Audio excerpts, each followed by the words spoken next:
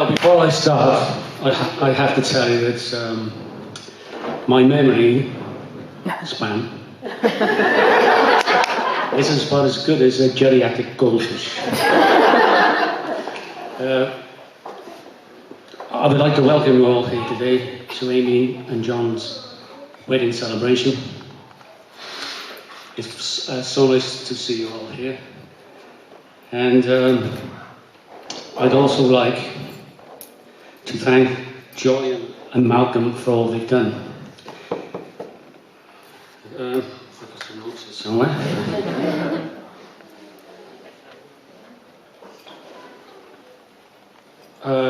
I'd say a little story about Jonathan now, how he came to be a school teacher. He's the youngest of 4 children, and he's 32. And between my eldest daughter and him is 19 years, and 15 years between my other daughter and Jonathan, and 10 years between David and Jonathan. So when he was born, he was spoiled.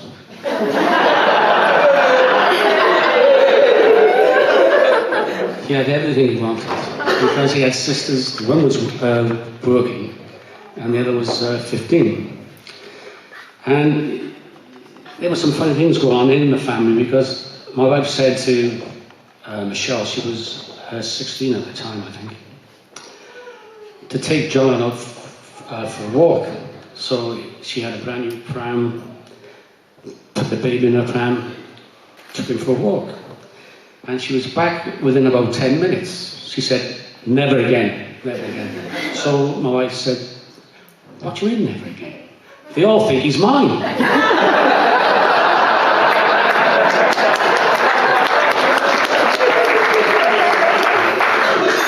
But then going through school, he held his own, and he did quite well. He was always crazy on sport. He played rugby when he was 5 years of age, the mini rugby, and he's played it ever since. And he's his own man. If he wants to do it, he will do it. He came in one day, he said, I want to play squash. Well, I didn't have a clue about squash. So I eventually took him down to Cardiff Squash Club. And he just taught himself. And he said, I'm in a squash tournament now, come see me. I said, oh, great. So I went to see him, and he got absolutely murdered. And this went on for about 12 months. He was getting battered. But he got better and better, and he reached a very high level in squash. And I know an awful lot of people, and they all say to me what a great squash player he is. But it's not only squash, he did karate. He was, they called the player of the year, karate. And he was in a competition in the karate, and he said he can come down and see me. So I went with him. It was down in West Wales. And he did very well. He got through the first 3 or 4 rounds of the competition. And he was going to the final of his age group. And he was only about 12 years of age at the time, and the age group went up to 15 years of age. And when he saw his competitor, he was a black belt. He was about 15 years of age, that height, and that wide. He was huge. He said, well, that's it, I'm going to fight him. He said, I'll get murdered. So I said, you can't give in now, you've got to go and have a go. Dad, I'm not doing it. So the coach came and said, come on, I'm not going there with it, he'll murder me, no way I'm going there. And that was his end of his karate career.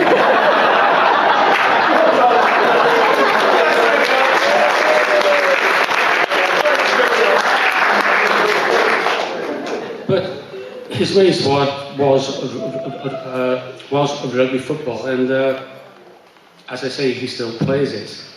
And he's made a lot of contacts throughout the world through the rugby. We have people here today from Mexico City.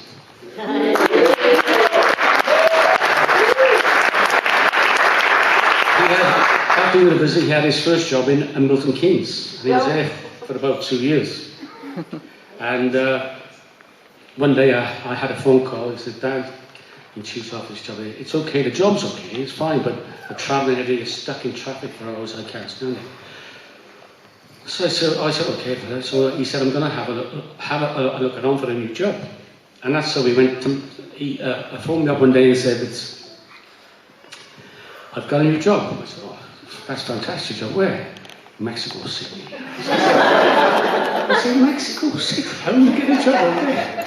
He said, "Well, it's a job going on, and I'm definitely going there." So he went to Mexico City. He was there for 2 years, I think. Thoroughly enjoyed himself. Played rugby out there and made a lot of contacts out there. I mean, they're here today. And after 2 years, I think it was 2 years ago, the contract ended. And he phoned me up again and he said, "I've got a new job." I said, "Oh, great, where?" "Bangkok." I said, "Oh, great, carry on." So we went to Bangkok, and he was there for about a year. And things didn't go well in Bangkok. And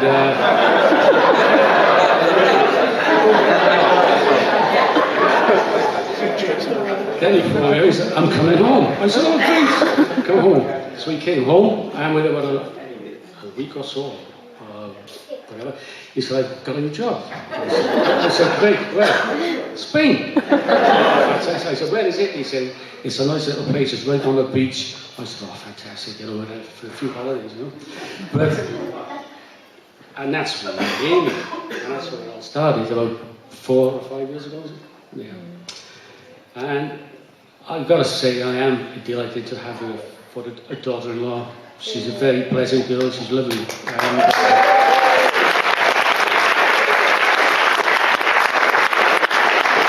I'm very proud to call her the new Mrs. Callahan.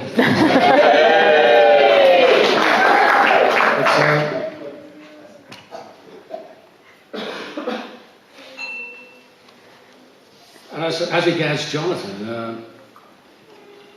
I think through his sporting achievements, he's become a well-rounded person.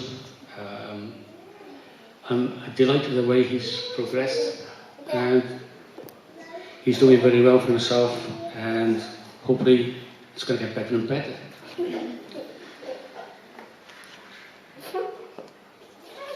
But I would like to wish them both the best of health and happiness for the future. And I hope it's not too long before we hear the pitter-patter of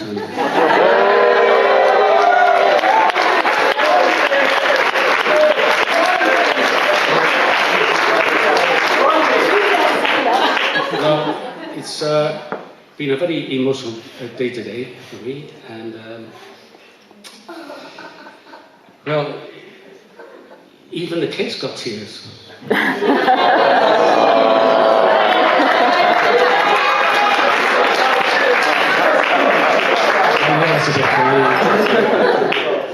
But anyway, if you would be all upstanding, and please toast the new Mr. and Mrs. Callahan. Mr. and Mrs. Callahan.